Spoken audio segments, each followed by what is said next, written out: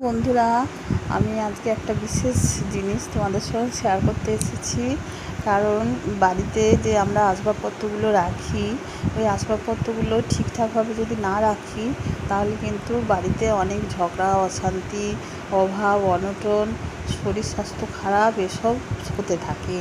এগুলো কিন্তু খুব পরীক্ষিতই বলতে পারা যায়। কারণ আমরা অনেকেই এগুলো উল্টোপাল্টা জায়গায় রাখলেই দেখি নানা রকমের সমস্যায় জেরবার হয়ে থাকি। তো আমি যখন এই বাড়িটার প্রথম জিনিসগুলো রাখার কথা ভাবছিলাম, যেমন খাটটার মাথা কোন দিকে থাকবে। কারণ খাটের মাথা আমি যেটা দেখলাম সার্চ করে, উত্তর দিকে কখনোই রাখা উচিত না।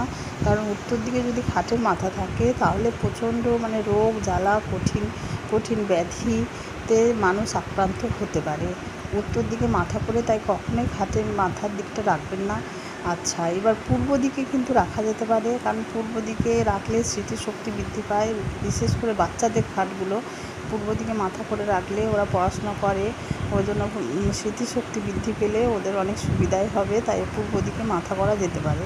আর পশ্চিম দিকেও কিন্তু মাথা করা যেতে পারে, তাতে অনেক নাম যশ প্রতিপত্তি বৃদ্ধি পায়।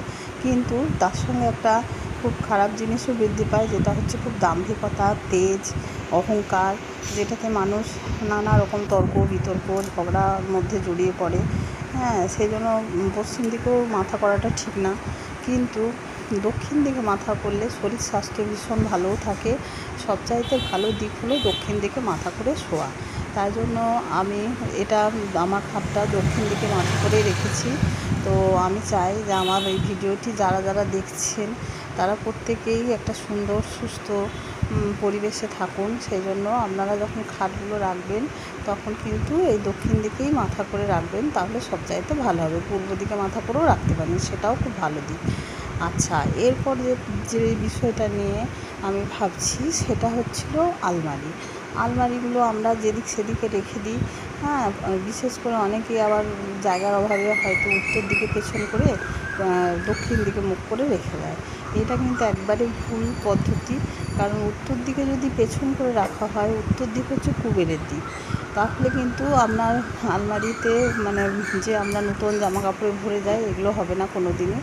তাই জন্য সবসময় আলমারির মুখ থাকবে উত্তর দিকে। এটা হলে আপনার আলমারি সবসময় প্রচুর জামা কাপড়ে ভরে থাকবে। আর আলমারির পেছন দিক থাকবে দক্ষিণ দিকে, কিন্তু ওর মুখ থাকবে উত্তর দিকে। তাতে কিন্তু কুবেরের আশীর্বাদে সব সময় আমার আলমারি উপচে পড়বে। এটা কিন্তু পরীক্ষিত। এটা আমি নিজেও আমার নিজের জীবনে দেখেছি।